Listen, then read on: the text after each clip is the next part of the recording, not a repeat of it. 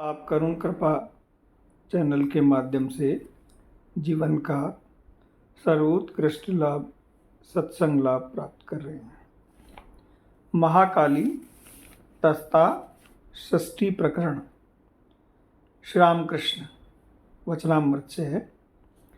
श्री रामकृष्ण साहस्य वे नाना भावों से लीला कर रही है, वे ही महाकाली, नित्य काली, शमशान काली, रक्षा काली और श्यामा काली है। महाकाली और नित्य काली की बातें तंत्र में हैं, सब सृष्टि हुई नहीं थी। सूर्य चंद्र ग्रह आदि नहीं थे, घोर अंधकार था, तब केवल निराकार महाकाली महाकाल के साथ अभेद रूप से विराज रही थी। श्यामा काली का बहुत कुछ कोमल भाव है, वराभयदायिनी है, ग्रस्तों के घर उन्हीं की पूजा होती है। जब अकाल, महामारी, भूकंप, अनावृष्टि, अतिवृष्टि होती है तब रक्षा काली की पूजा की जाती है। शमशान काली की संहार मूर्ति है। शव, शिवा, डाकनी, योगिनी के बीच शमशान में रहती है। रुधिर धारा, गले में मुंडमाला, कटी में नरहस्तों का कमरबंद। जब संसार का नाश होता है, महाप्रलय होता है, तब माँ सृष्टि के बीज इकट्ठे कर लेती है। घर की गृहिणी के पास जिस प्रकार एक हंडी रहती है और उसमें तरह तरह के चीज़ें रखती रहे, केशव तथा सब लोग हंसते हैं। रामकृष्ण शास्त्री, हाँ जी, गृहिणियों के पास इस तरह की हंडी रहती है, उसमें समुद्र फैन, नील का डला, खीले, कोड़े आदि भी बीज छोटे छोटे गठरियों में बांध कर रख देती है और ज़रूरत पड़ने पर निकालती है। माँ ब्रह्ममयी षष्ठी नाश के बाद इसी प्रकार सब बीज इकट्ठे कर लेती है। षष्ठी के बाद आदिशक्ति संसार के भीतर ही रहती है और संसार प्रसव करती है, फिर संसार के भीतर रहती है। वेदों में उर्णनाभ की बात है, मकड़ी और उसका जाला। मकड़ी अपने भीतर से जाला निकालती है और उसी के ऊपर रहती है। ईश्वर संसार के आधार और आधे दोनों है। काली ब्रह्म है, काली निर्गुणा और सगुणा। काली का रंग काला थोड़े ही है, दूर है, इसी से काला जान पड़ता है। समझ लेने पर वह काला नहीं रहता। आकाश दूर से नीला दिखाई पड़ता है, पास जाकर देखो तो कोई रंग नहीं है। समुद्र का पानी दूर से नीला पड़ता है, पास जाकर चुल्लू में देखो तो कोई रंग नहीं। यह कहकर रामकृष्ण प्रेम से मतवाले होकर गाने लगे। भाव यह है कि मेरी माँ क्या काली है? दिगंबर का काला रूप हृदय को प्रकाशित करता है। श्री रामकृष्ण केशववादी से, ये संसार क्यों है? बंधन और मुक्ति दोनों की ही करवी में है। उनकी माया से संसारी जीव काम कंचन से बंधा है और फिर उसकी दया होते ही वो छूट जाता है, तो वे बंधन की फांस काटने वाली तारणी है। ये कहकर गंधर्व कंठ से भक्त राम प्रसाद का गीत गाने लगे, जिसका आशय यह है कि श्यामा माँ, संसार रूपी बाजार के बीच तू पतंग उड़ा रही है। ये आशा वायु के सहारे उड़ती है, इस माया की डोर लगी हुई है। विषयों के मांझे ने ये करी हो गई है, लाखों में दो ही एक पतंग कटती है, तू हंसकर तालियां पीटती है। वे लीलामयी है, ये संसार उनकी लीला है। वे इच्छामयी, आनंदमयी है, लाख आदमियों में से कहीं एक को मुक्त करती। ब्रह्मभक्त महाराज वे चाहे तो सभी को मुक्त कर सकती, तो फिर वो क्यों लोगों को संसार में बांधे रखती? श्री रामकृष्ण, उनकी इच्छा कि ये सब लेकर खेल करे। छुई छुआलो खेलने वाले सभी लड़के अगर ढाई को छोड़कर छू लें तो खेल को बंद हो जाएगा, और यदि सभी छू लें तो ढाई नाराज हो जाएगी। खेल चलता है तो ढाई खुश रहती है। इसलिए कहते हैं कि लाखों में से दो ही एक कटने हैं और तब तू हंसकर तालियां पीटती है, सब प्रसन्न होते हैं।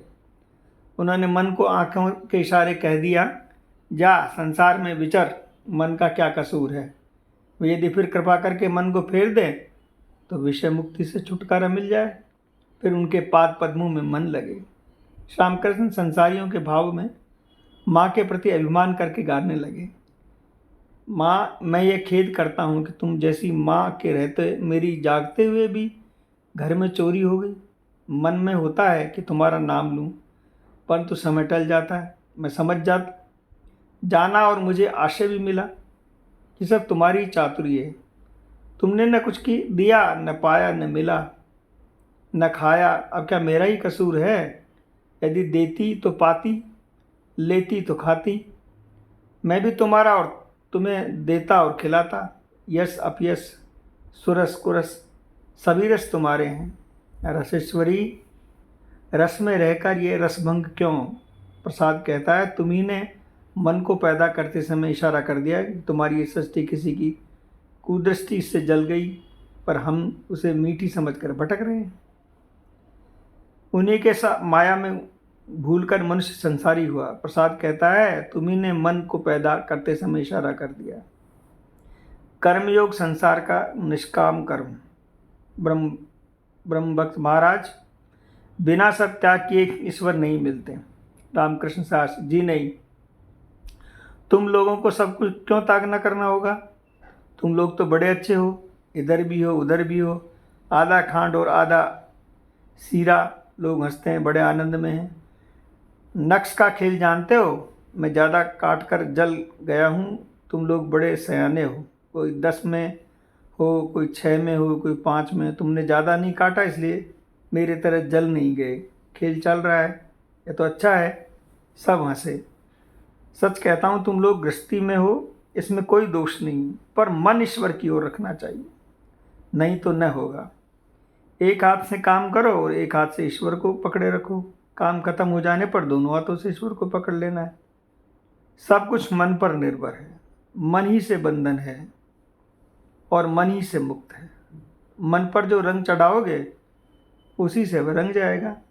जैसे रंगरेज के घर में कपड़े लाल रंग से रंगो तो लाल, हरे से रंगो तो हरे, और सब्ज जिसे रंग से रंगो वही रंग चढ़ जाएगा। देखो, अगर तुम अंग्रेजी पढ़ लो तो मुंह से अंग्रेजी शब्द आ जाए, फुट फट फिट मिट, सब हंसे।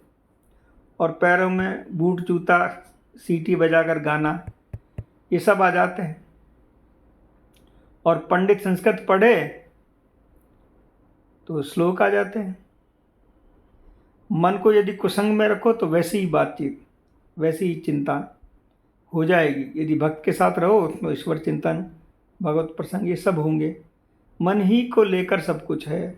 एक और स्त्री है और एक और संतान। स्त्री को एक भाव से और संतान को दूसरे भाव से प्यार करना है, किंतु है एक ही मन।